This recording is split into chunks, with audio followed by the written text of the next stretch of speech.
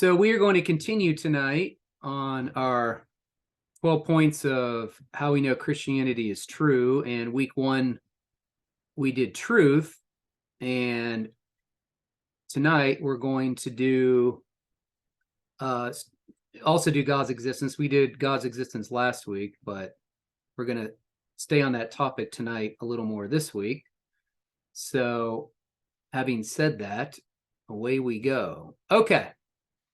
Well, we talked a little bit of the first week about truth. We talked about truth being knowable, and we talked about some logic issues, some issues with logic and how we're able to use logic to know things and assess arguments, assess what people say. We have to use logic, otherwise we wouldn't be able to do anything, really. We use it all day long.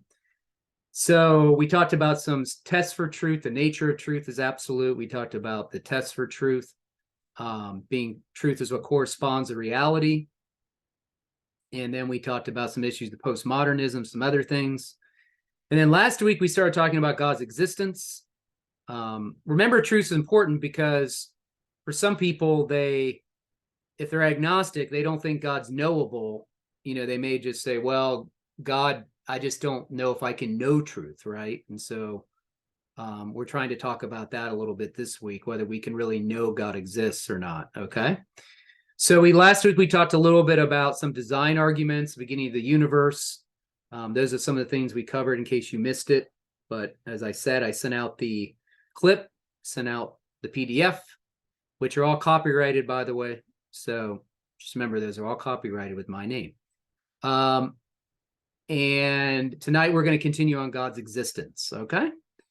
So I mentioned last week some arguments that have been really developed in a much deeper way in Stephen Meyer's book, The Return of the God Hypothesis. It's an excellent book, well documented. He's had a lot of feedback. He's responded to counter arguments and people that tried to debunk it or something, but you can go watch his videos or look it up online. But that book covers these 4 points. He talks about the beginning of the universe, the three most important scientific discoveries of the last, I think, 40 or 50 years. So the beginning of the universe, the design of the universe, and the design of the origin of information, DNA, that's used to build the first living cell.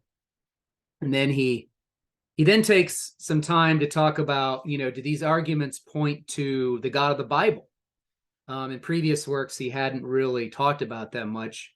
But he does develop a case how these arguments can point to a personal God, not an impersonal God. Like an impersonal God is kind of like the Force be with you in Star Wars, right? The Force is all around you, but it's not like a personal being. It's just an impersonal force that surrounds everything.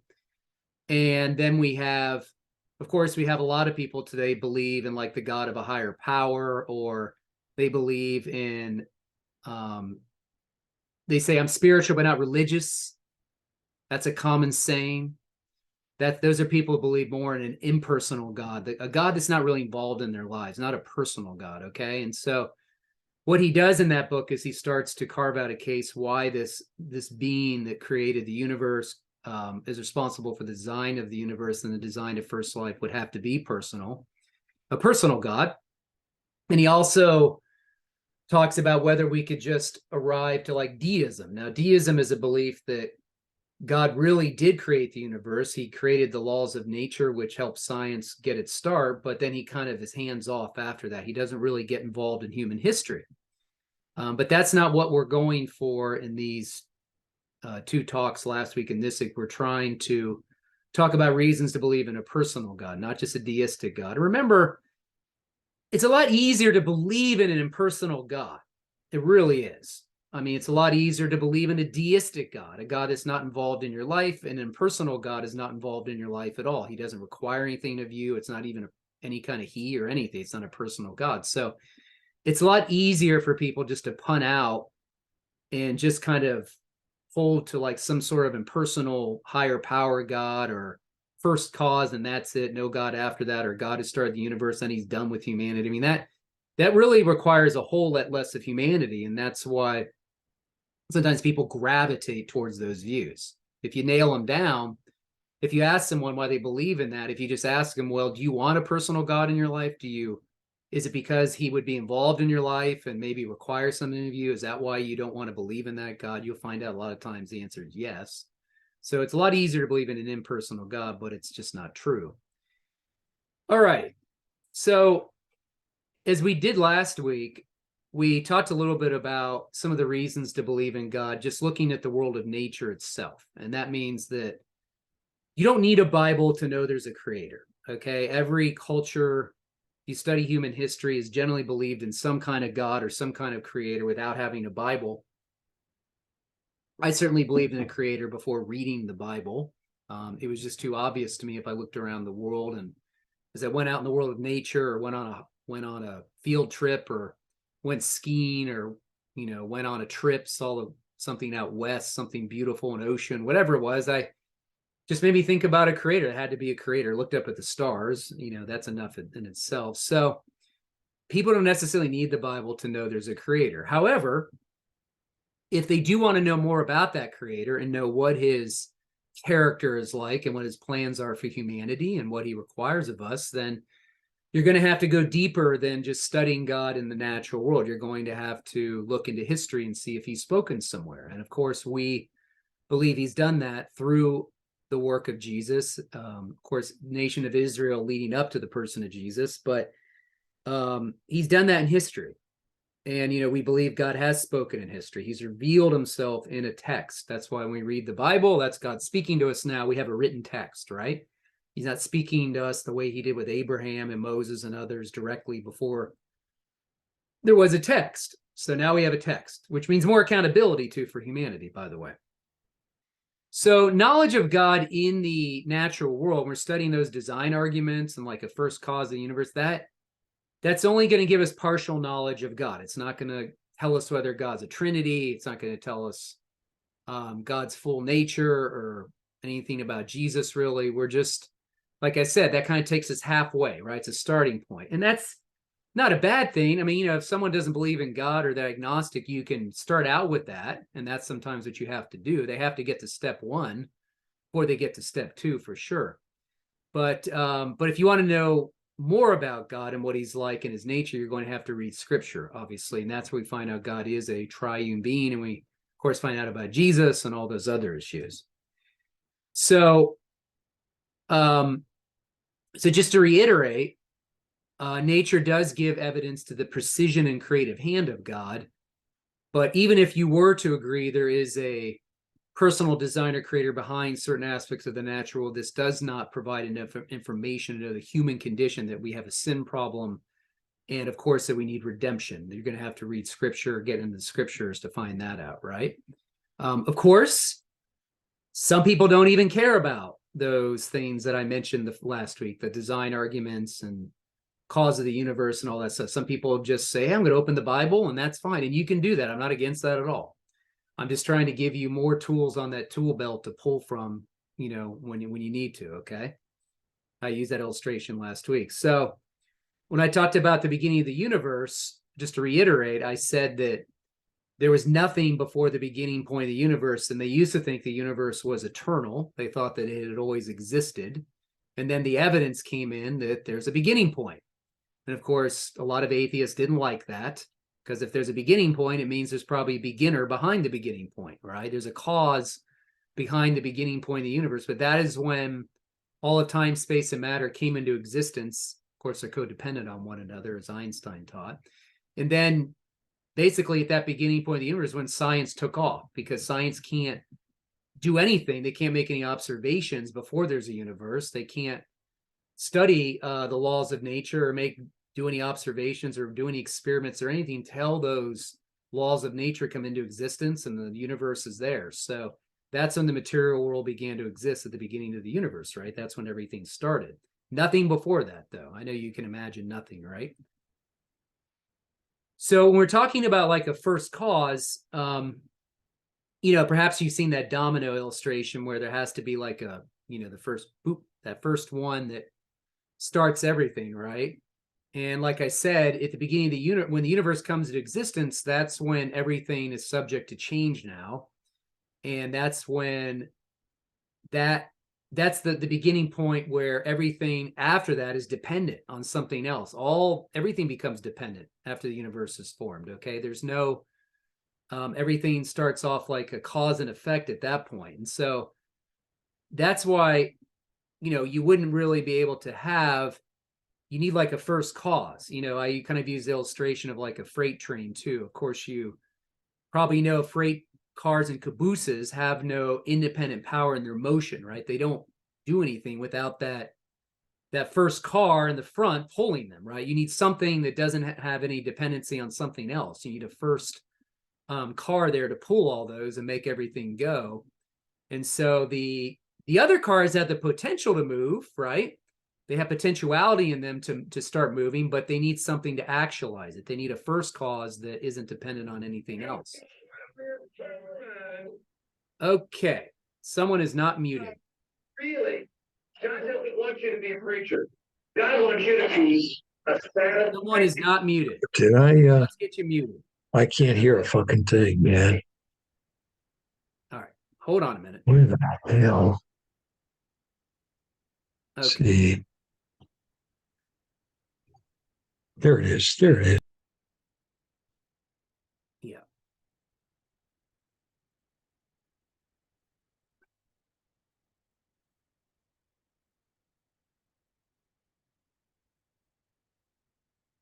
Okay. So please do not unmute yourself during the call, okay? Because I gotta keep you guys muted. You can't hear if you're all talking. Okay, there's a lot of noise in the background. So I've got everybody muted again. Okay. Now, so I was talking about a first cause, and this kind of this led to when you get into these causes that Aristotle came up with a long time ago are featured all over the world. Okay, they're featured in every part of reality. I mean, everything you see has these kinds of causes. If you're going to go build a table,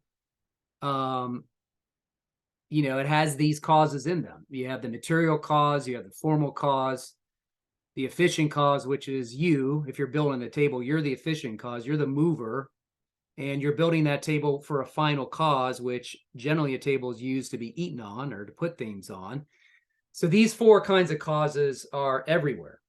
Okay, everything in reality it shows these causes just like look at some of these things here. I mean, all these things have these four causes. Okay, you have the material cause, the efficient cause, the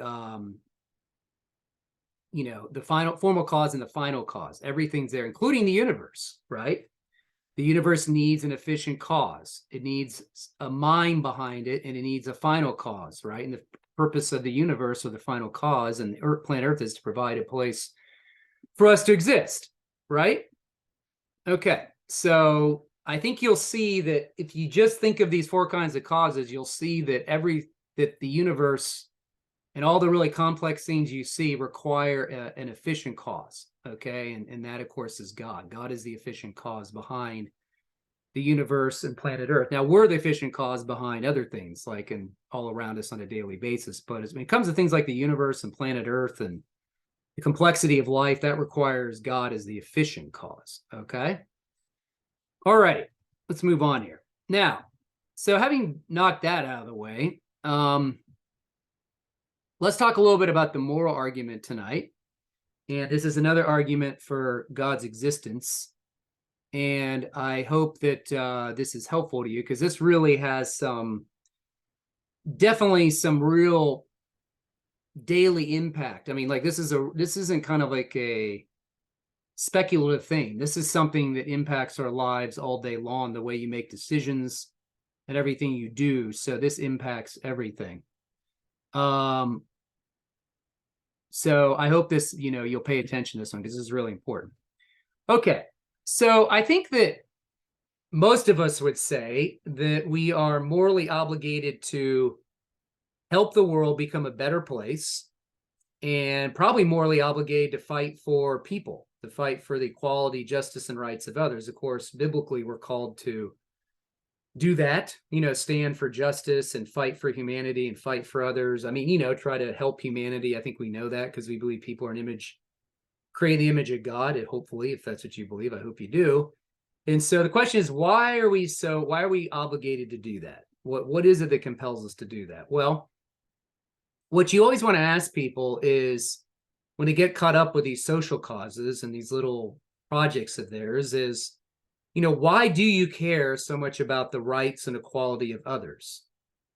Okay, why do you spend so much time fighting for other people? What is it about humans that makes them so valuable? Why do you fight so hard for equality, justice, and rights for others? And why do you think you're morally obligated to work so hard to help other people?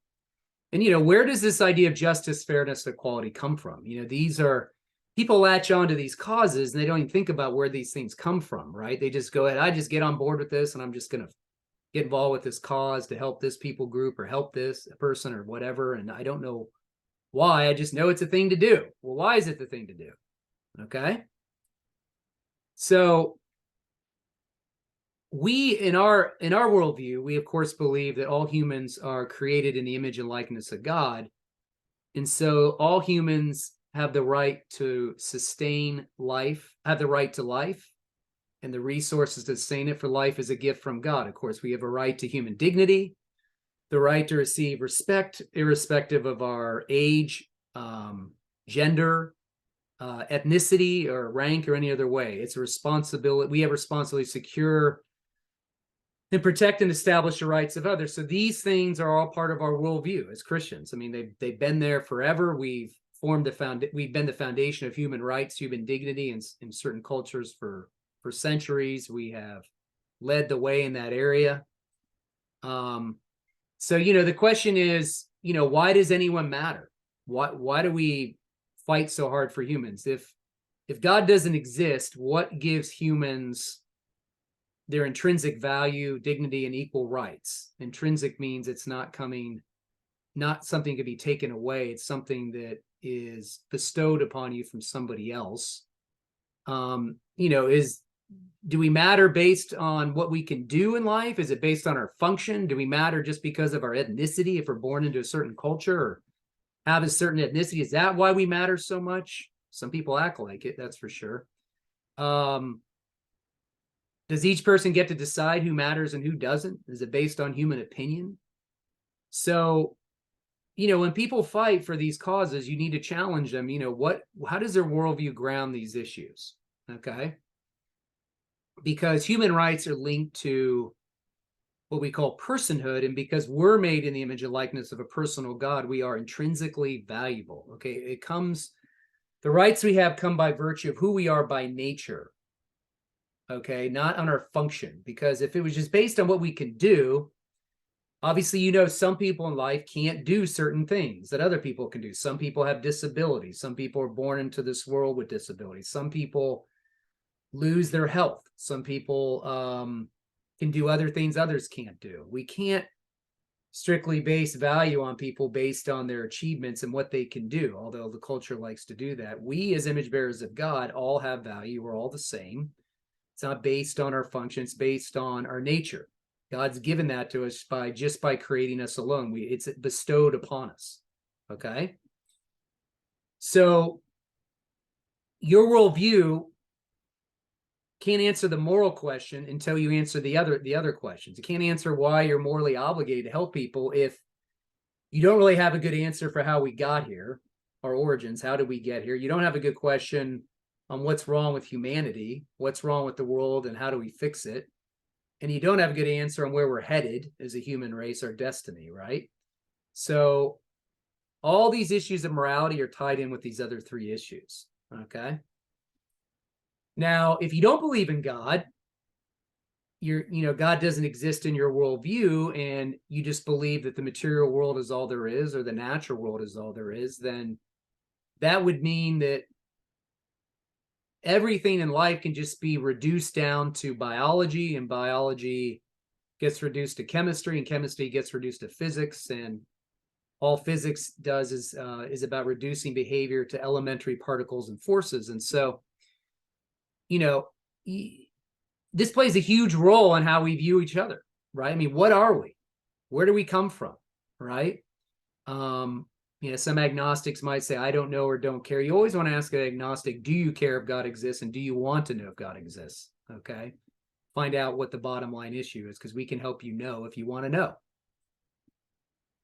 This is a pretty depressing statement, but this is a view of a former professor, passed away from cancer. He was a professor at Cornell University, professor of evolutionary biology there. He was an atheist, but this was his view. You can see where his worldview led to. He said, let me summarize my views on what modern evolutionary biology tells us loud and clear. And these are basically Darwin's views. There are no gods, no purposes, no goal-directed forces of any kind. There is no life after death. When I die, I'm going to be absolutely certain I'm going to be dead. That's the end of me. There is no ultimate foundation for ethics, no ultimate meaning in life, and no free will for humans either. What an unintelligible idea. So that's a pretty sobering analysis, but that's really where you get to if God's not in the mix, right? And so that is going to play a huge role in your moral obligations and, of course, how you view people. Another good quote from this guy. He said, human beings cannot be deserving of a special measure of respect by virtue of their having been created in God's image, where they've not been created at all and there is no God. Thus, the traditional conception of human dignity is also undermined in the wake of Darwin. So he's talking about the obviously the full ramifications of a worldview without God. Okay. So, a lot of people want to fight for others' rights. You want to fight for women's rights. You want to fight for gay rights. You want to fight for gender rights. You want to fight for this right. You want to fight for Black Lives Matter. You want to fight for this people group or that people group, because you think everyone is equal. I mean, if you look at our political scene, one party is obsessed with equality. Okay, that's fine if you want to fight for equality, but the question is, why are you fighting for equality? What grounds your ability to fight for equality? Okay, if God's not in the mix, where do rights come from? Okay, so we're talking about rights. We're talking about a right is something that a person has. A right is that which a person has a just claim to a privilege that belongs to a person by law, nature, custom. Okay, rights always have to come from an outside source. Okay, and they're only valid if the outside source of that is valid. Okay. So, when people say, well, our laws of the government are a basis for our rights. Well, I hope not, because if they are, the government can take them away, which they do. Okay. Human laws can only recognize God-given rights. Okay. That's the only rights. They have to recognize God-given rights, right? If you claim otherwise, and obviously if a human dictator takes over and takes away your rights, then you're doomed. Right? If government's going to be the sole foundation for your rights, I think you're in trouble. That is why this is what this said, this document, right? We hold these truths to be self-evident that all men are created equal and that they are endowed by their creator with certain unalienable rights. These are life, liberty, and pursuit of happiness. Notice that statement did not have to appeal to the Bible. That was based on natural law. The founders of that document didn't make it pointing to a specific God like the biblical God or the Muslim God or any God, because they didn't want a theocracy. Okay. But for the same token, notice how people could recognize this, and this is where our rights come from. They come from our creator. That's why government can only recognize God-given rights. So can a non-God worldview ground objective human rights? Not really. All you are is another result of matter and chance. You're only the higher form of an animal. There's no realities like higher laws, immutable rights, universal morality. And at that point, it's really just your authority versus someone else's authority. It's your view of someone versus someone else's view. There is no universal transcendent source, okay? If God's reduced, if God's taken out of the picture, okay? So really, without God, human rights amount to nothing more than just your subjective preferences. Okay, you can believe in and fight for the rights of all these groups: abortion rights, same-sex marriage, taxpayer provide entitlements, but you can't justify them without God. Okay, so it's amusing to me when people fight for. I'm just going to make an example here. It's amusing to me when people fight for gender rights and gay rights, when the God they're when they can't ground their rights in anything else than God, so they're pulling from God to get their rights, but they don't even ask what that God thinks about sexuality and thinks about gender. They don't even care. It's like, well, I don't really know where human rights come from. Really, I'm borrowing from God, even though I don't know it. But if I did recognize they came from God, that God has already talked a lot about how he views sexuality and gender, right? But I'll go ahead and fight for the rights of those people anyway. So that's the world we live in, of course. People just borrow from the Christian worldview. It's borrowed capital.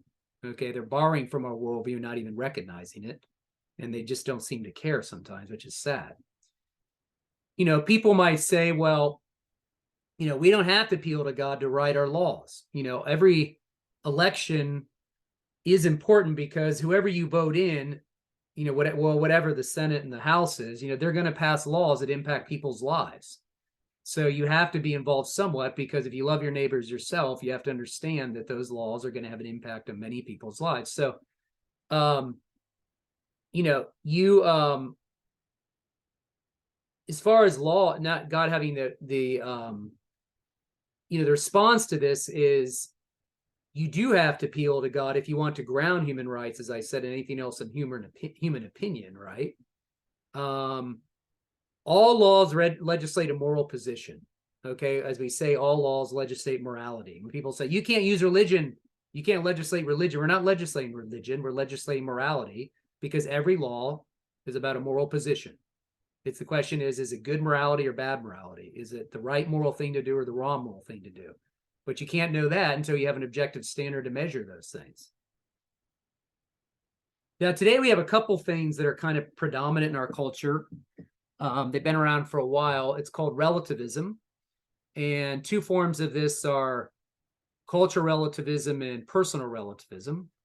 And sometimes you call it private subjectivism. So cultural relativism is where each culture follows their own morality. Each culture has their own morality. You have US morality, you have Swiss morality, you have German morality, French morality, Chinese morality, Japanese morality, the list goes on. So each culture just follows their own morality. And then we have individual relativism, where each person just makes up their own morality, right? There is no universal source. I have my morality, you have your morality. We just have moral schizophrenia, because I have my view of morality, you have yours, this person has their view over there, they have their view over there, the list goes on. And that's what we have today, of course, moral schizophrenia. There was a story someone told to illustrate this point. It's a really good story about individual relativism. So there was once a professor in India teaching an ethics class, and he told the students to go ahead and write a paper about anything they wanted. And each student had to, of course, support their thesis with reasons and documentation. Well, one student decided to write a paper on moral relativism. He said there's no absolute standard of justice or rightness. He said basically morality is like an opinion. Kind of like you like chocolate ice cream, I like vanilla ice cream. So there is no absolute morality. There are no absolute standards, and everybody forms their own morality. That was his view. So he went ahead and turned in that paper. And of course, the professor got it. But this student put that paper in a blue folder. He handed it to the professor in a blue folder. So the professor graded the paper and wrote F on it. He said, I don't like blue folders. Gave the student an F. And of course, the student came up to the professor and said, that's not fair. You gave me an F just because I used a blue folder.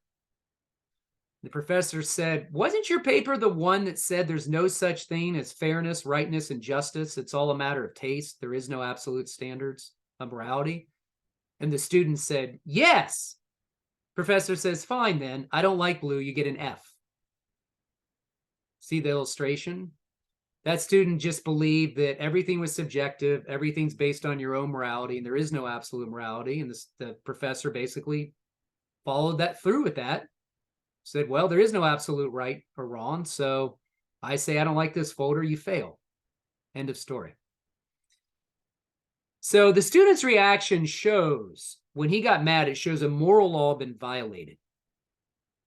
Okay. And you'll see people all around you every day knowing there's a moral law around them that's being violated. That's why they complain so much when they see something wrong. Some people deny it, some people suppress it, but the way they act and their reaction show that it exists. Okay. Because you'll find people say these comments all the time around you.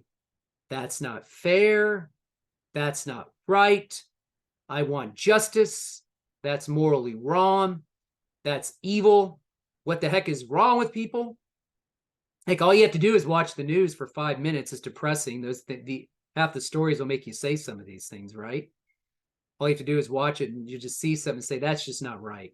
That is not right what that person did to that person. That is wrong. That's evil. What the heck is wrong with people? It's depressing, but you'll see these comments come out in a lot of people, you know, right? Including yourself. Just like when you see a genocide, most of us would look at that and we'd say that is just morally wrong. I just know it's morally wrong. The way I'm reacting is morally wrong that people be treated like that. 9/11, when that was happening, look at those people trying to figure out what to do to jump out of a building. It was forever embedded in our memories, a high impact event. We were saying, most of us were watching TV, that is just pure evil. This is morally wrong. What is wrong with anyone to do something like this? I imagine most of you did say that. At least you have to at some point. I mean, if you're looking at it going, that's okay, I doubt that you have a good functioning conscience, but that's another story. Or, you know, just think of all the mass genocides we've had. You know, I mean, these are just, most people look at these as moral atrocities. They're evil. And then we had that incident a couple summers ago, or a few years ago, where because of that incident, people burned down cities and businesses and defunded police and all kinds of things because they were so enraged by what happened and that image of what happened to him. So I assume that wasn't based on someone's personal opinion. I believe that most people thought it was morally wrong what happened there, and it was morally wrong no matter where, anywhere across the continent, across the world, it's always morally wrong to do that. Otherwise, they wouldn't have burned down cities and businesses and ruined people's businesses if they really just thought it was a so-so issue, right? Just, oh, whatever, just a minor issue. So the point is that people seem to appeal to some sort of standard that's being violated.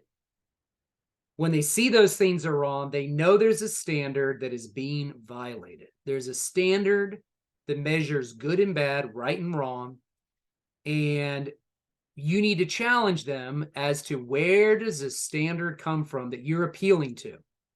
You just said back here, you said things aren't fair, things aren't right, I want justice, that's morally wrong, that's evil. You said all those things. That means you're appealing to a standard. Some standard's being violated. Where does that come from? And is there some sort of authority that's giving you that standard? Does it come from an outside source? Or is it just your opinion? Or they might say, well, I just know it's wrong. That's wrong. I know. How do you know? How do you know that? Well, I just know. That's not an answer. How do you know that? Because there's a moral law that's been written in the fabric of reality. God put it there. And you wouldn't even need the Bible to need it, to know it. It's intuitive. All these complaints that people say things aren't fair, they're wrong, they're evil, they seem to know the difference between what's fair and unfair. They seem to know the difference between what's just and unjust or unjust. They seem to know the difference between what's morally right and morally wrong. They seem to know the difference between what is evil and good. But why? How do they know that without a standard, some kind of standard that's being violated? Okay. Just like when people say, I want a world of justice, fairness, and equality. If you ask people, what do you want to do in this world? I want to make the world a better place. I want to help people. Why? What kind of world do you want? Well, I want a world of fairness, justice, and equality. Where does that come from? Where do you even get that from? It seems like you know how the world ought to be. How do you know what the world ought to look like? What's your standard? Where does that come from? The standard of goodness by which you judge it. Is that just your opinion? Well, maybe someone else's opinion is different than yours. Maybe Hitler comes along and says, I don't care about justice, fairness, and equality. I'll go ahead and commit mass genocide against 6 million people, or Stalin, or somebody else. Okay? Just like C.S. Lewis said in his book, Mere Christianity. Great book. You should read it. If you've never read that book, that is definitely needed to be read by every Christian. He said, my argument against God was that the universe seems so cruel and unjust. But how had I got this idea of just and unjust? A man does not call a line crooked unless he has some idea of a straight line. What was I comparing this universe when I did call it unjust? So Lewis realized back here that he had seen there was some sort of standard being violated. He realized what it was just and unjust. You'd have to appeal to some kind of moral law there of some kind. And it kind of came home and doing his atheism. It hit home, and then he realized I needed, some standard in there, but where did it come from? One of his arguments in his book, Mere Christianity, of many. Oh, there's the line.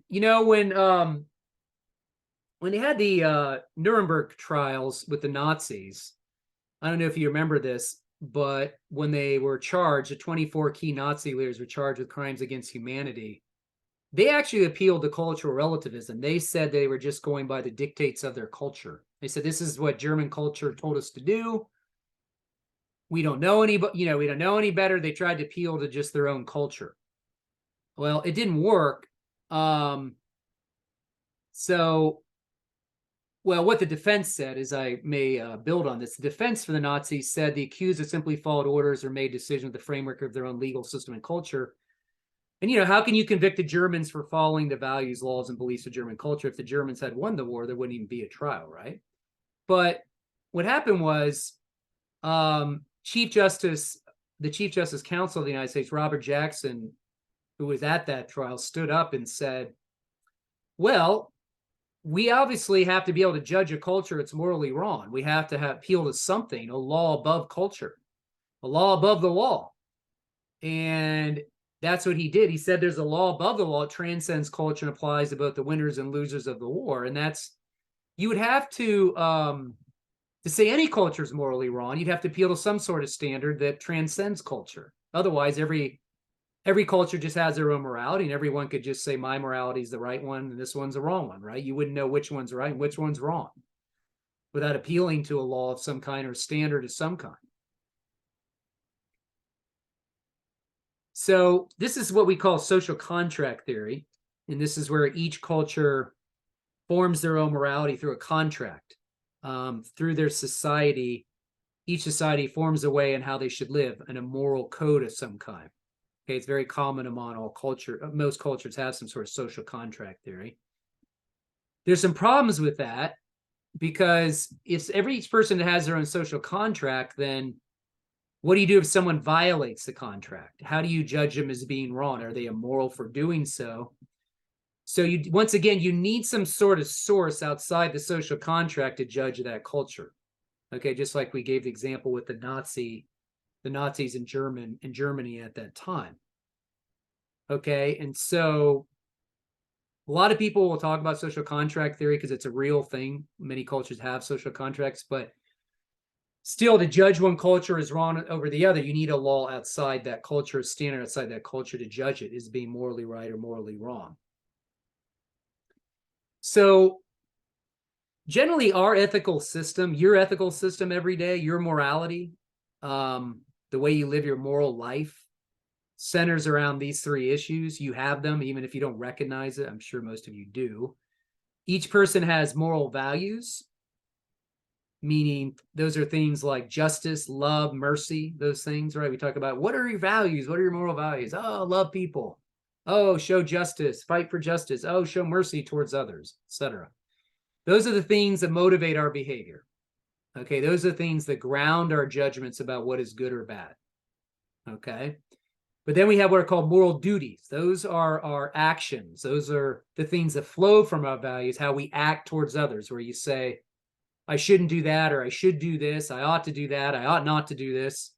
Those things flow from your moral values. You say, I ought to love somebody, I ought to help that person, I am morally obligated to show mercy to that person, I'm morally obligated to fight for justice for that person. Those are your moral duties. Okay, and then you have moral accountability, of course, right?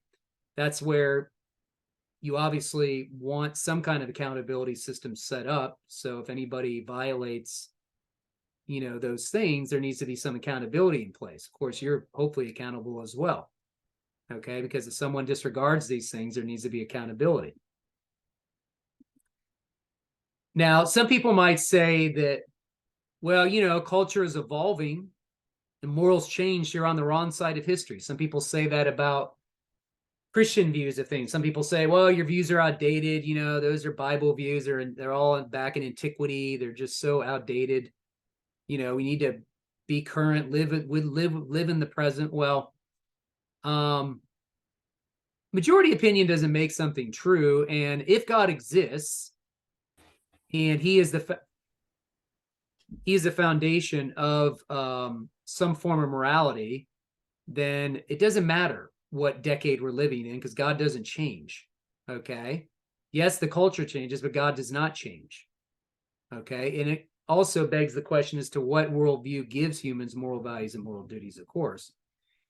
Some people might say through evolution, we just form these moral codes with each other, get along with each other. We form these moral systems, and we just had to learn how to cooperate with one another. And over time, people just figured it out. Well, in that case, then morality would only be the result of your genetic makeup and the environment. You just could blame everything on your genes. My genes maybe do it. Sometimes they do that now in trial scenes when someone commits a horrible act. Some people come along and say, well, that's the result of his environment and his genes. He didn't know any better. So they try to say he didn't have any choice in the matter. It was all determined by his genetic or her genetic makeup in their environment. Well, that's not going to work, because obviously you wouldn't be able to enforce the justice system, right? And once again, that would be more subjective morality. When you're going back to evolution, that would form just some sort of subjective basis for morality. That wouldn't be objective. That would just be each person going off herd instinct and what they think is survival of the fittest. Only the fit survive, right? So my morality helps me to survive. Your morality helps you to survive. I might see rape as a way to survive. It's advantageous. You might see something else as advantageous. So it really doesn't ground any kind of objective morality, not evolution at least. Some people might say, well, we're no different from animals. We're just no different. Well, a lot of people believe this. If you don't believe in God, you are nothing but a higher form of an animal. But we treat humans pretty differently than other species, if you've noticed. We seem to hold humans to a higher standard than other species. We hold the action of other animals without moral condemnation. As ethicist Richard Taylor says, a hawk that seizes a fish from the sea kills it, but does not murder it. And another hawk that seizes a fish from the talons on the first take, but does not steal it. For none of these things is forbidden. So they don't really, animals are not thinking in terms of moral accountability and not appealing to like a moral standard above them, right? And obviously, if humans are just like animals and we're the result of unintended blind physical processes, why do we consider our actions different from the actions of animals, right? So anyway, so most Christians, without knowing it, appeal to some kind of what we call divine command theory. You may say, what's that? Well, if you study ethics, class in ethics, maybe some of you took ethics in college, an introduction to ethics, there's different like ethical theories you study, like consequentialism and utilitarianism and all kinds of things. And one ethical theory is called divine command theory. And that's a view that a thing is good or behavior is good because God commands it. And of course, it's evil because God forbids it. For example, if we say it's good to love our neighbor, it's equivalent to saying God commands it, right? Now, you may say to yourself, well, if morality is just based on God commanding something, I mean, he can command anything. I mean, there's people that say God told them to drown their kids in the bathtub. And one lady once said years ago, I think it was Susan Yates, she said, I heard a voice. I thought it was God telling me to drown my kids in a lake. Obviously God did not tell her that.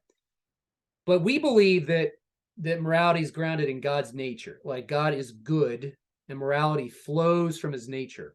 Like God doesn't get morality and then give it to us. He doesn't learn about morality and give it to us. It means that morality flows from his nature. He can never command anything that violates his nature. It's impossible. Okay?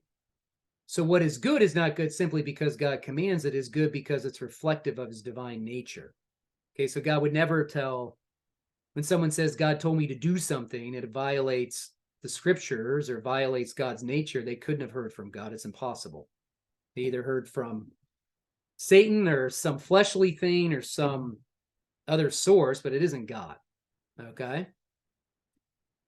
Now, just remember, this is really important when you're talking about objective morality. We're talking about objective, okay? Objective means something that's not influenced by your personal feelings or opinions, okay?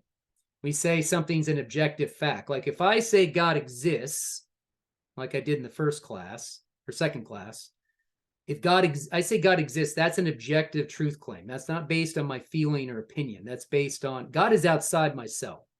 He's outside of all of us. He existed before we even came to believe in him, right? So he's an entity that exists independently of humans, right?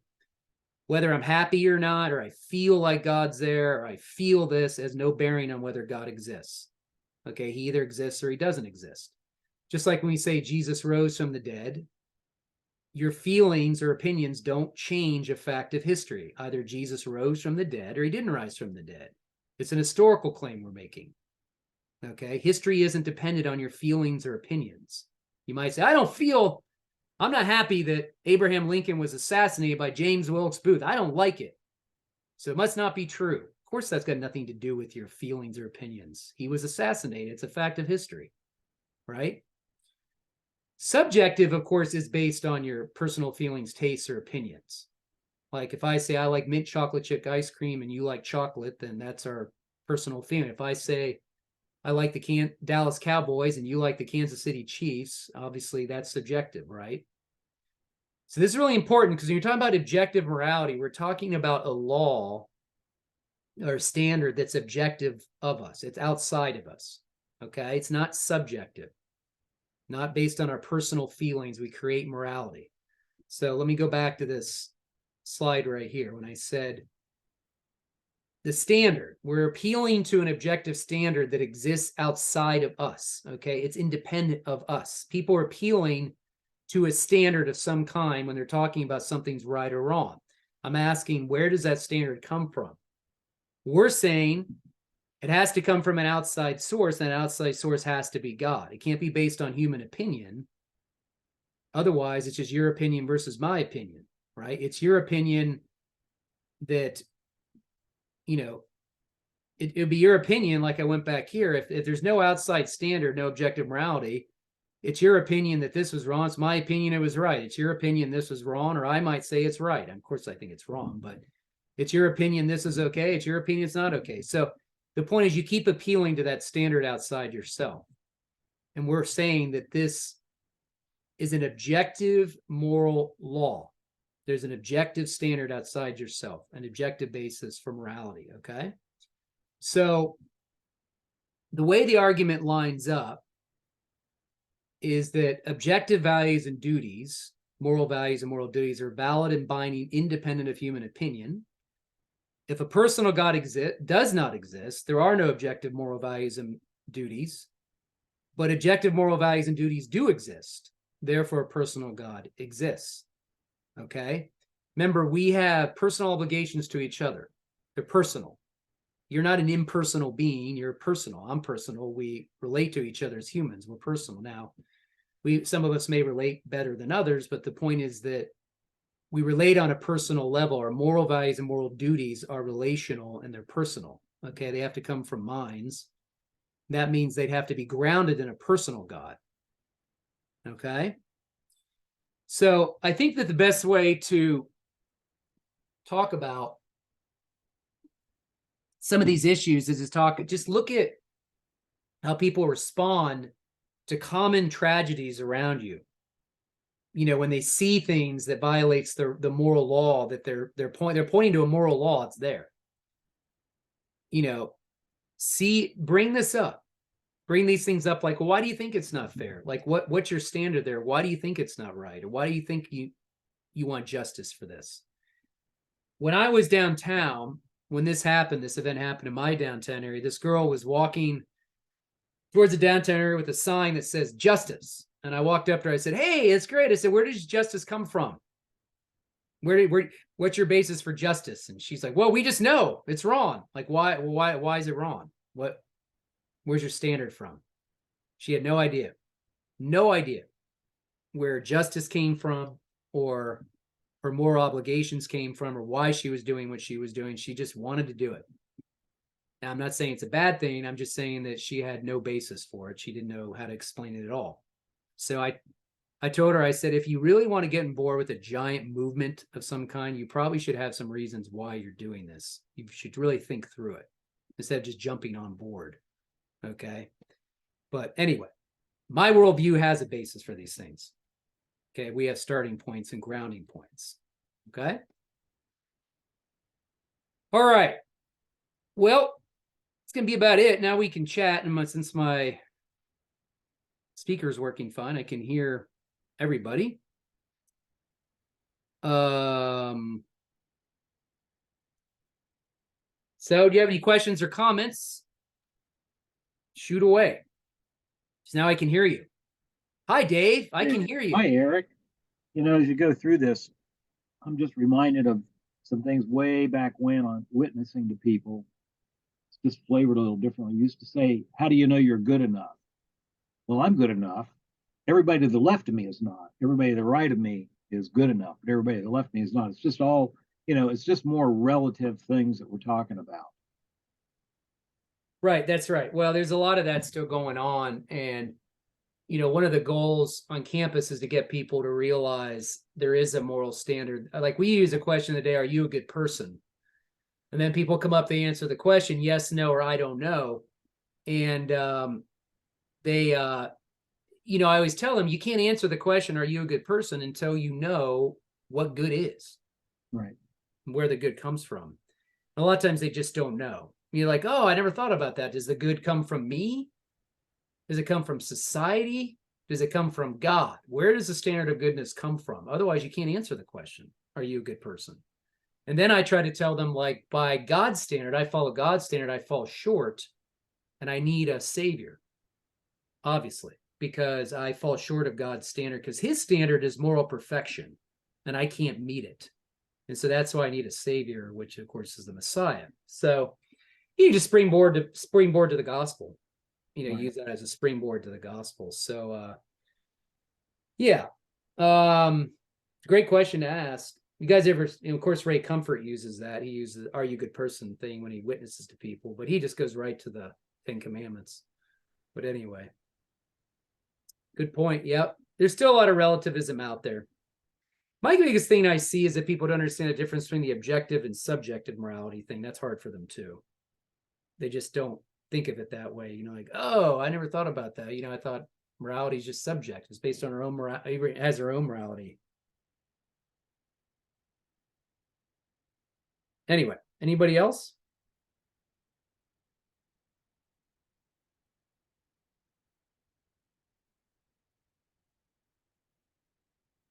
Any of your questions, comments? Who here thinks this argument for God's existence really has some daily weight to it? Every day you deal with these issues, right? Yes, Eric, we do. Dave, I like that background. How'd you do that background? It's kind of like just blurred. When COVID came, I moved my office to the basement because I was on the phone so much. I was working from home, and so you'd see toolboxes. Well, yeah, I just blurred it. I definitely have some remnants. Well, actually, we moved out after COVID. Well, we moved in the middle of it, I guess. So anyway, our house is still trying to come together 3 years later. Stuff stuck in the garage, still stuff in the basement. We're working through it. Some decade we'll get it done. Anybody else? Any other comments or questions? You guys sure are quiet. I just think this is really relative to everything we're seeing in the news right now. Everything. Well, if you think about it, if all you have to do is turn on the news and look at people who are complaining about certain moral things, like, oh, that's morally wrong what's happening at the border. Oh, that's morally wrong what's happening in Ukraine. Or it's morally wrong that this person's allowed to cut their breasts off. Or it's morally wrong for this person to remove their body parts and become a boy. Or it's morally right for them to be able to remove their body parts and become a different gender. Or it's morally, I mean, everything's based on some moral issue, every single issue. And it all boils down to how we treat people. You know, where does that come from? So it's everywhere. Can't get around it. And I'm just trying to figure out where people get their standard from of moral, like where does their objective moral standard come from? I'm trying to figure that out. But a lot of fighting for human rights, right? Jason Lynn, C.S. Lewis quote, ought to should statements was pivotal in convincing me there was an objective standard. That's right. That is correct. He did say that. You can't get an ought from an is. See, morality without, if you take God out of the mix, morality, like you could say morality is descriptive. I mean, you could describe something in like a moral behavior. But without God, you don't get any obligations like what I should do. You know what I mean? It's just, oh, you can describe what morality is, like, oh, that's moral. Oh, this is immoral. But what should you do? What's the prescription? You don't get that in a godless world. You can't get that out in a, atheistic worldview. So very good point, Jason. I have an idea. I wonder if you could see this if I share this. Let me try some here. See if I can wake you guys up a bit. See if I can.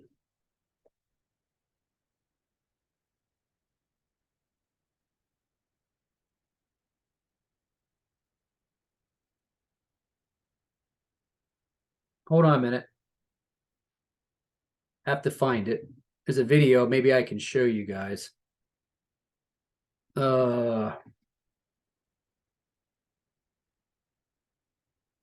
me a second.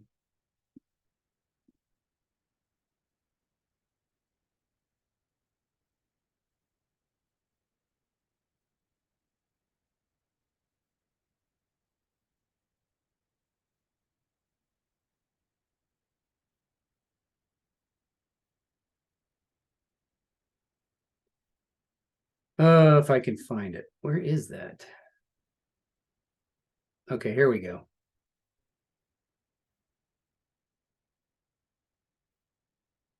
Let me try this. There it is. Let's watch this. I don't know if you can hear it.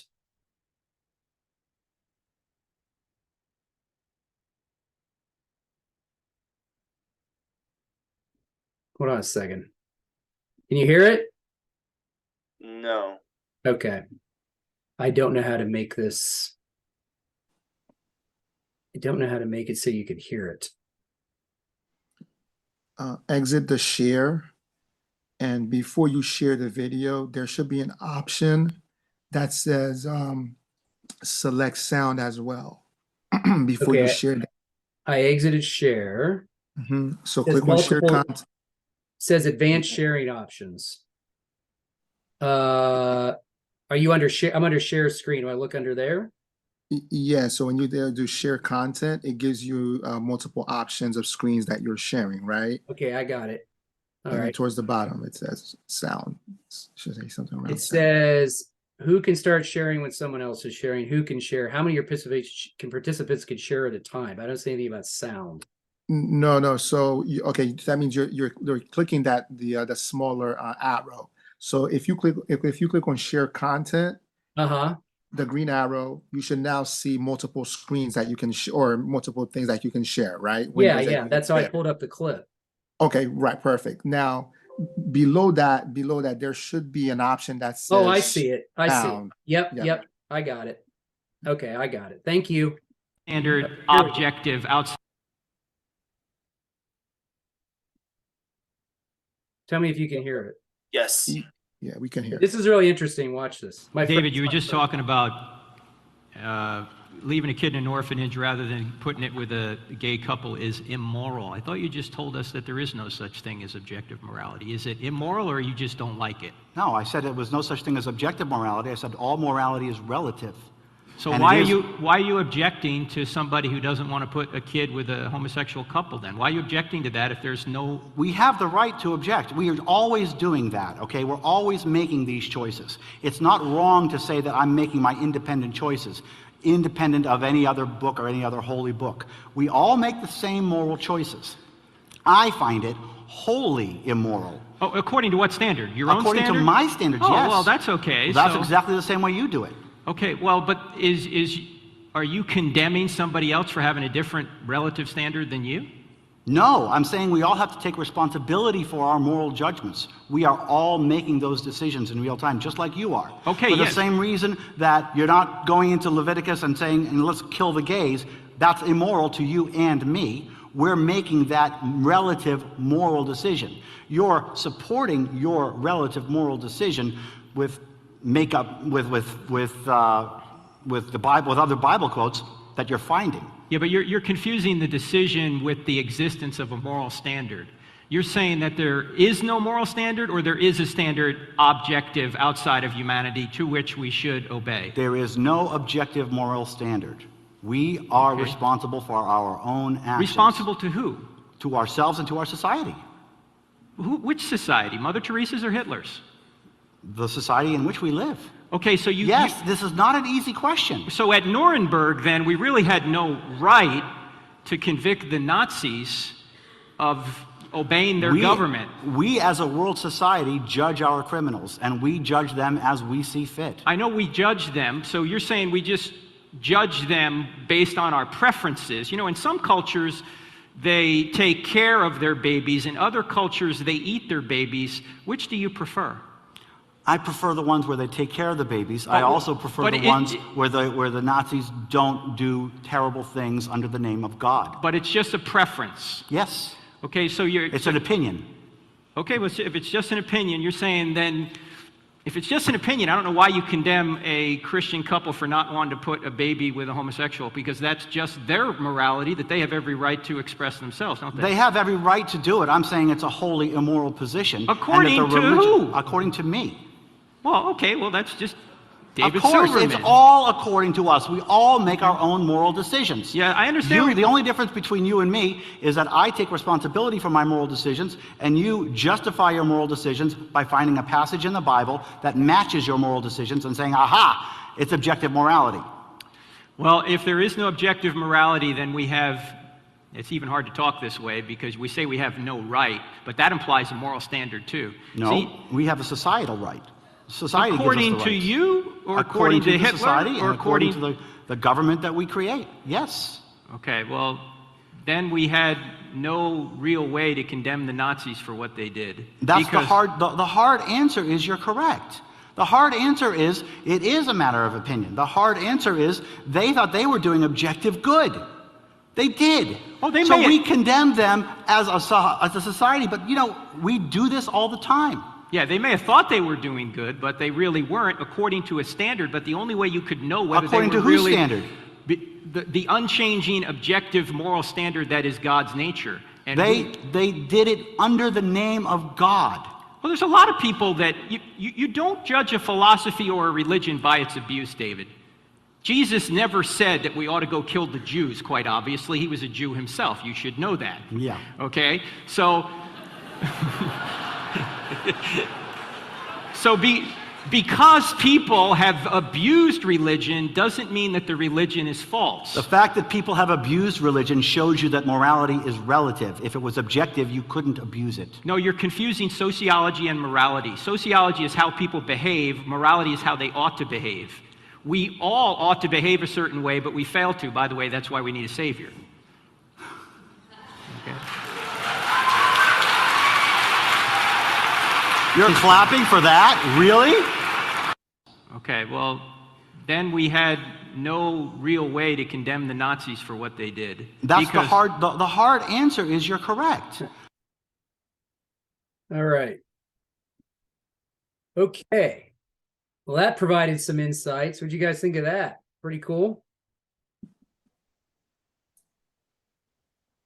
Now you guys can really talk, right? Wasn't that exciting? So here's the irony is that Frank Turek, my friend Frank Turek, was the Christian guy. The irony is that right as we were watching that, he texted me something about a totally different subject. So anyway, so I was like, we're watching you right now on a video. Anyway, so how ironic. So Yeah, what do you guys Frank is think of cool. that? Yeah, Frank is cool, man. I don't know how he is so smart. I don't know how he's able to answer those questions so eloquently and brilliantly too. It's amazing. It's amazing. Do you feel that like Silverman in that clip almost like it's almost like he just bit the bullet? He was like, yeah, we don't, I don't have any objective standard to measure that as right or wrong. I'll just own it. But of course, he tried to come back to Frank, like make him bite the bullet. But at least he kind of owned it, didn't he? In a way. Yeah, he did. Yeah, he did. Yeah, it's really hard. I mean, it's I think you get people into real life examples, real things. How do you think the Jewish community would feel about what Silverman said? Right. I don't think they would probably like that too much. So yeah, it's interesting. Interesting clip. You guys have any other thoughts on it? Yeah, you guys don't have to direct message me, by the way. Just you can put it on everyone. It's okay. Then that's Frank Turek. The clip was Frank Turek and David Silverman. Here, I'll put the clip down here. I'll put it right here. Since you guys want to see it, if you want to watch it again.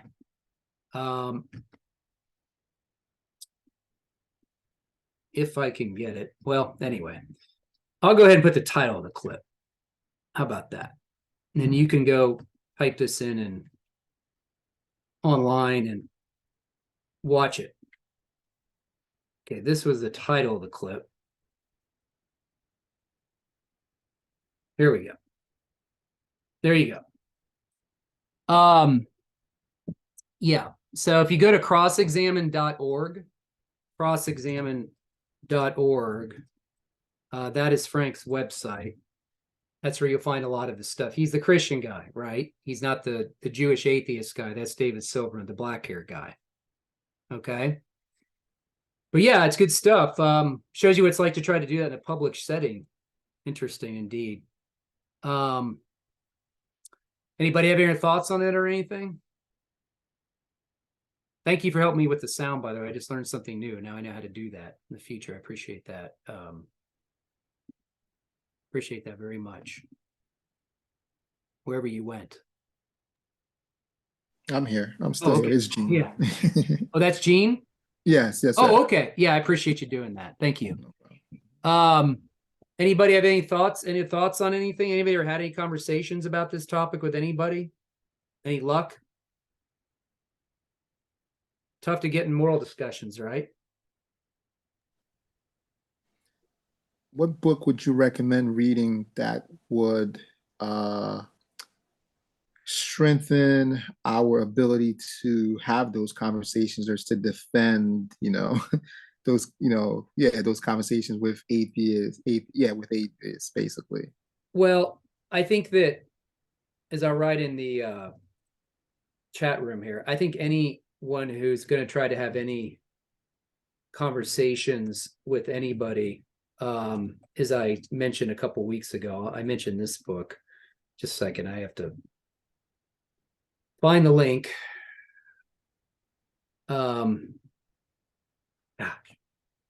So hard to find what I'm looking for. Is that the book by Frank Turek as well? I think it was. I don't have to. Yeah, I don't have faith to be an atheist. An atheist. Okay. I think this is good right here. This book I'm going to put in the chat room. I think this is really good. That book right there, I think will help you with practical suggestions and practical tactics when you're talking to talking to people, helping you to ask the right questions. You know what I mean? So that's a great book. Tactics. It's make sure you get the. Go ahead. What's that? Greg Kokel. Greg Kokel. Oh, that's funny. I just bought it from Amazon. It just came yesterday. Yeah, Okay, you want to perfect. get the 10th The anniversary 10th edition. Yep, that's the one I got. 10th anniversary edition. Yeah, Perfect. I think that'll help a lot. Awesome. Definitely. But you know, if you think about it, really, there's like Dave said, with the state of our culture, there's all kinds of moral issues being debated every single day. That's all it is. I mean, people debating abortion, people debating transgenderism, people debating race issues, people debating gay issues, sexuality issues, people debating border crisis issues, people debating what we should do over here. What's the morally right thing to do over here or do there? I mean, it's nonstop. So I personally think that I would definitely press people, as I go back to one of my slides. I'm just going to go back here real quick. I really, really think it's helpful to go back to that issue right there. To really press people on. All you have to do is, people are going to bring up something, you know, oh, that's wrong. What happened to somebody? You know, why does anyone matter at all? Why do you think humans matter? I think that is a really, really important question. Okay. And I think you can ground all your conversations in that question. I think you'll have a great starting point and get into really good conversations. I had a atheist girl come up to me on campus last year, and she said, you know, she was fighting for this cause, and she said, well, do you support this cause? And I said, well, are you an atheist? And she said, yes. And I said, well, why does anyone matter in your worldview? And she just went, oh, I never thought about that. That's a good question. See, people take positions on things without even like figuring out like why or where it comes from, or like what. See what I mean? Yeah. They don't have I'm being realistic. Culture today is very dumbed down. It's dumbed down because of social media. Like, everybody wants soundbite answers. They want a quick video. They want a little thing on TikTok, or a little, you know, thing on Instagram. But the reality of it is that people are just, you know, taking positions on things and making their whole life commitments on things they haven't really thought through very well. And so we have the opportunity, maybe, if we can get a 5-minute window in with them, or a 3-minute window in with them, or more, just to get them to possibly think through, why are you fighting for this cause so much? Like, what is it about this people group that matters to you so much? And why do they matter? You know, because we have the answer. We have the worldview that grounds all human beings as having dignity, value, and respect. It's not based on where you were born, what you can do, your skin color, or what you can't do. It's based on being created in the image and likeness of God. So that line right there, what I just told you, when I tell students that generally strikes a nerve with them. They're generally like, oh, I never knew that. Oh, I never heard of that. Wow, I never heard of that. So they just don't know. They just don't know. And so that's why we're there to help them. If you have the opportunity to talk to someone, just bring up some of that information. I think it's very helpful. If you can weave it in, if you can. So it depends on who you're with and who it is. But we're trying to, Frank wrote that book. Frank wrote another book called Stealing from God. If you guys haven't, I'll write down this title of this book. He has another book that's really good.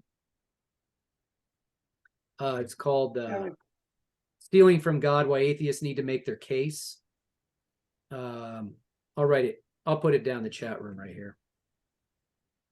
This is a really good, because, okay, who's talking?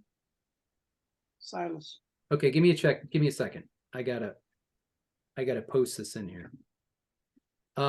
That's a really good book too, because what he does in that book is he talks about how people are borrowing from our worldview. They're borrowing from what we believe. They just don't even know it. You know what I mean? Silas, I'm sorry. Go ahead. Do you just want to say something? I just realized I missed the whole thing. What's that? Time changing in the US. Oh, yeah. You're out of the country, right?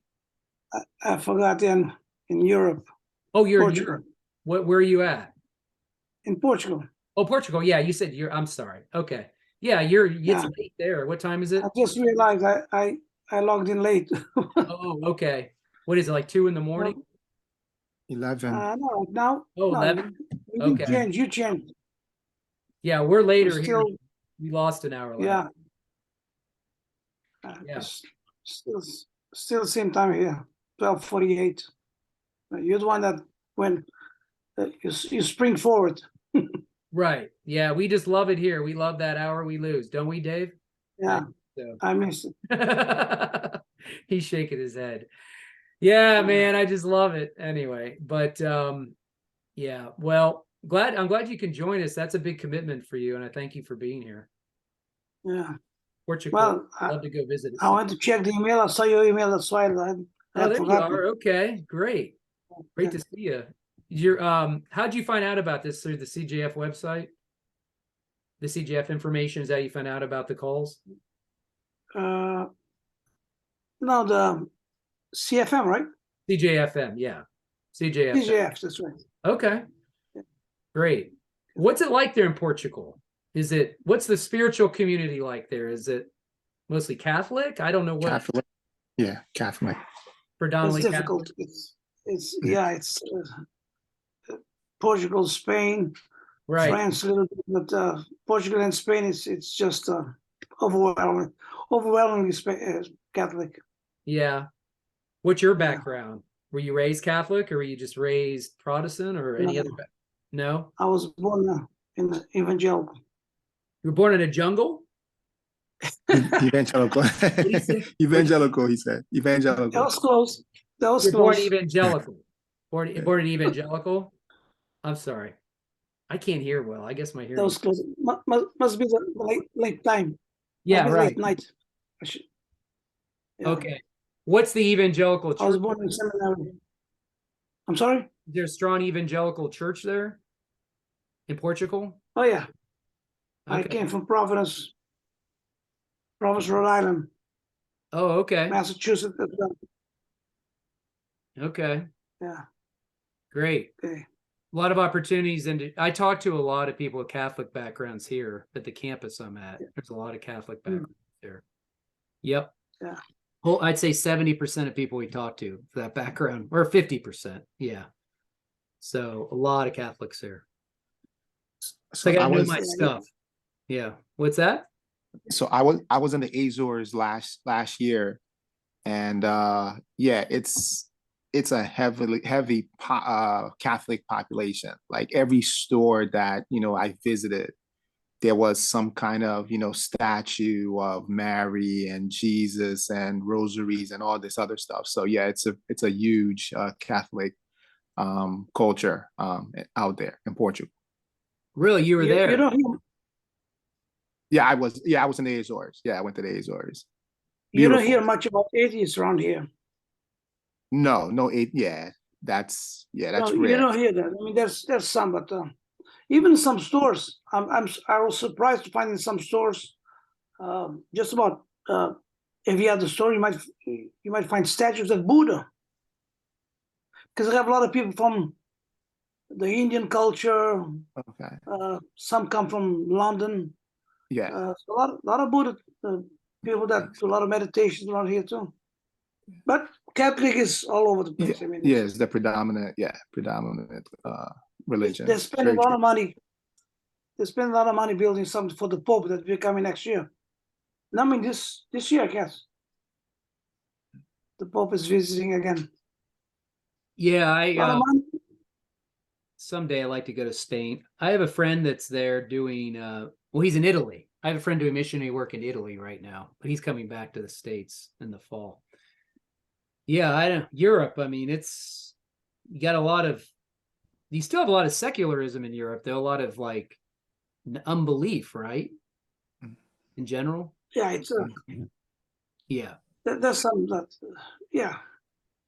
Yeah. But everywhere the talk is Catholic. I mean, everywhere. Yeah.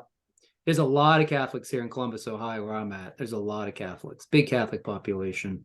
So we've led a lot of Catholics to Christ, though, on campus. They have a background in some things, but they just don't know. They've never heard the gospel. They've never heard it. So, you're able to kind of explain it to them. They just don't know. So it's a good opportunity. About 3 years ago, they built a big cathedral for the Mormons right in the center of Lisbon. Nice. Bet you love that. 40,000, 40 million euros Mormon church. Wow. A lot of Brazilians are bringing the churches here too. The Igreja Universal Church. I mean, they have something in at least in New England. It's also taken a lot of impact here. Yeah, there's a big Mormon church here too. There's a lot of Mormons here. I've had witnesses. They've tried to witness to me before. A lot of Mormons in where I'm at too. So very nice people, but just it's hard to talk to them. So kind of stuck in their views. And they make it sound like they believe what you believe too. Oh, we believe in Jesus. You know, until you start talking to them, then you realize it's different. So anyways, we're about to have Frank Turek at Ohio State, April 6th, coming up in a few weeks. So I have to get ready for that. He's going to be back in a few weeks. Well, anybody else have any other comments or thoughts about anything? Well, I want to thank you again for the slides from last week. So Yeah, appreciate you're it. on the Thank you. email. You're getting them. You're on the email list, right? Okay. Thank you. Good. That's good. I'll review them. Well, I'll send it out again, and you can always watch the clip, anyone that misses it. But we appreciate you joining in different parts of the country. Or the world. That's pretty encouraging that you're able to, make it. We appreciate it very much. I'd love to see what God's doing in other parts of the world too. But Yeah. you have you involved in a good church there? You have good fellowship? Talking to me? You have good fellowship, a good church there where you're at? Yes. Yes. I'm from well, there's some connection here. Okay. Hold on a second. Yeah, I was pastoring a church in Rhode Island, but I live in Massachusetts. And the church here called me about 5 years ago. They called you on the phone or called you to, are you pastoring? No, called you to come. That's the language we use. They call the pastor. It's the language we use. They call a pastor to be their pastor. It's a calling. Oh, okay. But are you a pastor there? The language of calling a pastor to be to Okay. pastor a church, yeah. You're pastoring. Yes. Okay. All right. Sorry. I'm just maybe slow tonight. I don't know what's going on. Yeah, there's a whole process in that. Okay. Well, great. Yeah. What an opportunity. You get to reach a lot of you. Definitely have to be ready to talk to the Catholics, right? Oh, yeah. Yeah. Well, that's great. We'll pray for you before we get off. There's any prayer requests you have there or anything, Silas? Anything particular you want us to pray for? Yep. We'll pray for the opening here. I mean, like you heard, this Catholic community is very strong, and we had a church in Azores too. We still do, but In Israel, every time the priests find out, if in Azores, the Azores Islands, it's even harder than the continental Portugal. Mm-hmm. They're strong in their faith, and They are. they have those processions the priests do with the people. Yep. And sometimes they do it rather they block the evangelists go to church. They go on the streets, and when that happens, might as well cancel church. You can't get to your church. Yeah, just pray for them. Yeah. I think there's an influence here in the politics. I mean, the social idea and the communistic idea too. It's also there's some influence in that. But we'll pray for them. This debate about the clip you showed about David, what's his name again? That atheist guy. Oh, David Silverman. I mean, it's stuff. It's God that opens the minds of his people. Yeah, he's pretty lost. He's been that way for a long time. It's sad, but well, we have a lot of Jewish atheists. There's a lot of Jewish atheists, sadly. What's the name of that? He used to be atheist too. That reporter, journalist. Used to. Used to be? Yeah, no, he's a Christian apologist. Apologetics. And, Lee Strobel? yes. So Yeah. let's Lee hope. Strobel, Let's yeah. hope for David. Yeah, David's hopefully David can come around like the way Lee Strobel did. Yeah. David's pretty hardened. He was a president of the Atheist Association of America. I don't think he's doing that anymore, but all right. Well, I don't Yeah. if you guys have anything to add, I'm gonna pray us out. Does anybody have any other comments or questions? Thank you. Thank you. Appreciate you coming, Silas. We're gonna pray for you in a second. Anybody else? Any other comments, questions? Prayer? Salis, all I have to say is obrigado. What's that? No, I was telling Silas obrigado. Oh, okay. He should know what that means. That's right. I'm like this. Yeah. That's great. In Spanish, it's easier. Gracias. Well, Gene, it's interesting. You've been there where he's at. Yeah, I have. Yes, I spent 2 weeks, on vacation. So That's cool. and I was Where able. are you located? Yeah, I'm in Herndon, Virginia, so the DMV area. Okay. Yeah, All right. DC. Now, how did you find out about the CJF call? Did you get an email? Yes, got an email, and yeah, and I appreciate any opportunity that I can get to to help me defend my faith. I Okay. think I told you guys last week I work in IT, so I'm always struggling, battling with my IT guys who are all atheists, believing that we're from monkeys and things like that. So it's always interesting for me to battle with them because we're always writing code, and we talked about this last week, right? We're Right. always You were writing talking about code. the code. Yeah. Yeah, we're always writing code, and the language, the way that we have to write specific code to do certain things, it just speaks to to the to intelligent design, right? To intelligent design, because these guys are intelligent in order for them to create the code to do what we needed to do on a daily basis. And for them to believe that we're from from monkeys, it's just mind-boggling to me. So I'm always having that battle with them. So I do appreciate what you're doing because it's giving me more ammunition, more tools in my my belt, basically, to defend my faith. So That's totally great. appreciate Well, it. I gave you resources too. If you really want to study that in depth, go to the Yeah. Stephen Meyer stuff. Like I said, he's the expert on that, the code stuff. Yep. Genetic code. Yep. I got that book too. I did get the book as well. Yep. That's great. Eric. Sometimes, Gene, they just don't. Eric. Yeah. What's that? Do you want to say something? Recognize this? Oh, okay. Yep. I know all about that. Yep. Gary sends Got us. it last summer. Yep. He's got a lot of good articles in there. He wants me to write a couple. I just haven't had a chance, but I will. Well, that's great. Well, I appreciate everybody coming on, and thank you, Silas, for taking the time in your late night there, and everyone else that's come along here. I don't know where some of you are other parts of the country. I know where some of you are, but some of you have told me before where you are. So I know some of you already, but I appreciate you coming on, and I'll go ahead and pray us out, and I'll pray for Silas and Julie. Lord, thank you for this time. Thank you, God, for the opportunity to be here. I pray, God, we want to commit to everyone on this call and everyone that's left. We thank you for each person. We pray you bless them abundantly. We pray, God, that you'd watch over them throughout the week, protect them, give them what they need. We pray especially, God, for Silas as he's in Portugal. We pray you'd use him and his congregation to reach people around there. We pray, God, that many people would come to know the gospel. Then we pray, God, that you would strengthen him and encourage him. I pray for all their needs to be met there. I pray, God, that they'd reach that community there. And we pray that many people would see the gospel, the true gospel, and come to know Jesus. And we just pray, God, the gospel go out.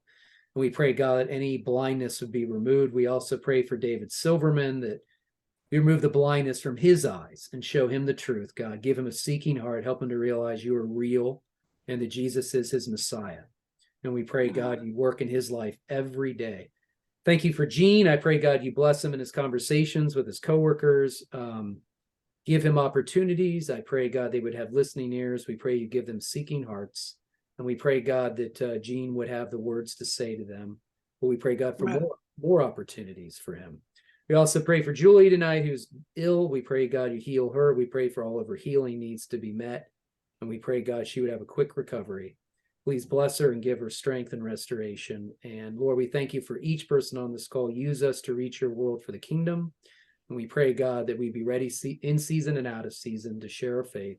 We just thank you, God, you're using us every day in our lives, even if we don't see it. And we just thank you for this day that you've made. In Jesus' name, amen. Amen. All right, I will send this out. I'll send out the clip in the PDF tomorrow. But thank you for coming. I appreciate it. And everyone have a good week, okay? Let me know if you All need right, Eric. email me, okay? All right, Eric. Thank you, man. All right, Appreciate thanks, you. Gene. Blessings to all. Thanks, Bye. Eric. All right. Thanks, Thank Dave. you.